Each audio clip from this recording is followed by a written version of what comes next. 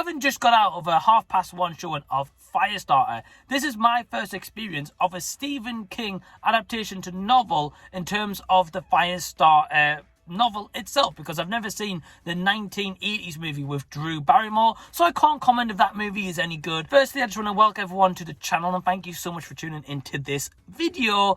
Where if you're brand new, please press that red subscribe button down below. So at the helm of this movie is Keith Thomas, who has directed The Virgil previously, but I've never seen that movie, so this is my first interaction with this director. The marketing for this movie has been downright terrible, and within the last 2 or 3 months I've seen one full trailer for this movie and one kind of TV mini trailer for this. Now don't get me wrong, in some aspects that's great because you kind of go in open-minded, you don't get spoiled about the movie, and you kind of don't have that expectation being like, oh wow, this looks great, or it looks kind of, kind of like in the middle, or it looks terrible, etc. But at the same time, if a studio doesn't market a movie, it either means that they haven't got faith in that movie and they think that it's going to flop, or they purposely don't market it as much, so there's a lot of surprises for the audience and the movie turns out terrific. Well, going to be honest with you, this is kind of the latter, because unfortunately the poor marketing for this, I guess, was done for a reason. And I don't know if that is the studio ultimately deciding, yeah, once they saw the final production, we're not really sold on this movie, which is a shame, because firstly, the music done in this is terrific. Of course, we've got John and Cody Carpenter, and some of the songs, and some, especially the end credits rolling, that music sounded like the Halloween theme song, but I was all for it because the music throughout, I enjoyed the score alone. And even if you go see this movie for the score, you're not going to be disappointed because it's done fantastically, and I'm really glad that John Carpenter signed on to do it. That's definitely one of the biggest aspects I can give for this movie. And also, I think that Kiera Armstrong, who plays Charlie, the young girl with the fire powers, I thought she was actually pretty good as well. I thought that what they give her in this script, how well they adapted to the novel or not, I don't know, I've never read the book either, I still think that she did a good job. I think that her performance was believable. You kind of felt like the turmoil had this character felt throughout the movie, whether she was happy, whether she was sad. Well, for most part she was pretty much sad. But she played that well. I believed her character. I kind of rooted for her character and being like, go melt someone because they deserve it. So definitely big praise to her. Zac Efron does a good job for what he's given, because the thing is with Zac Efron, I think he's a great guy. I think he's a great actor. Also, I don't know on a personal level about the great guy comment, but I still think he's a cool guy, right?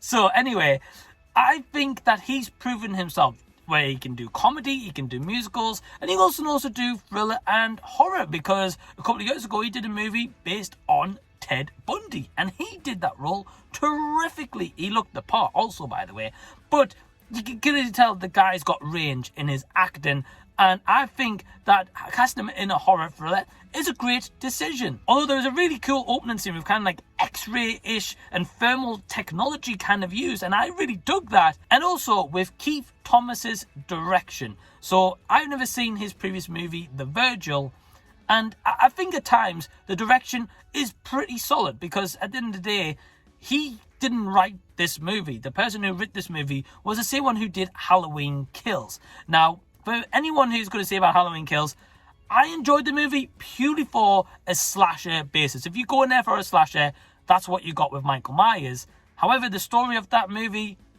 wasn't there whatsoever. And I think having the same writer do this adaptation of the novel, especially when it's written there in paper what this movie is about and how it plays out, I don't think they really translated it as well, because the issues are with this movie, Zac Efron is not given enough to do, and the characters aren't 100% fleshed out, but the characters overall aren't really given much explanation, so you can't really root for even the mother here, played by Sidney Lemmon.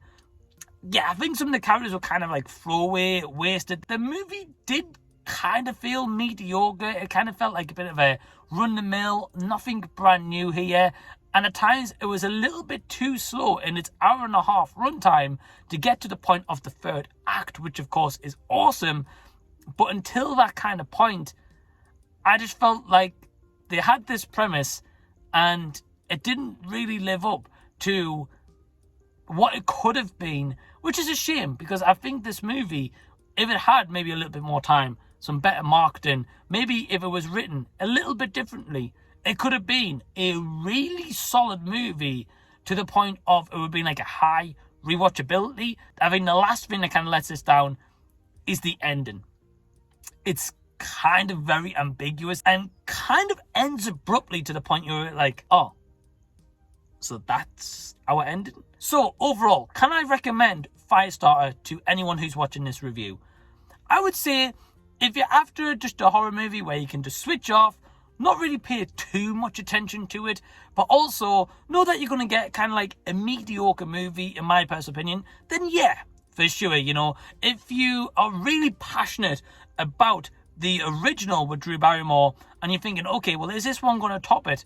Well, I can't give you that opinion, but from what I've heard in terms of ratings, I've heard that this one has got a lower rating than the original, so maybe not. So with that in mind, my overall score for Firestarter is a 6 out of 10. So have you seen the movie yourself, or are you going to check out Firestarter?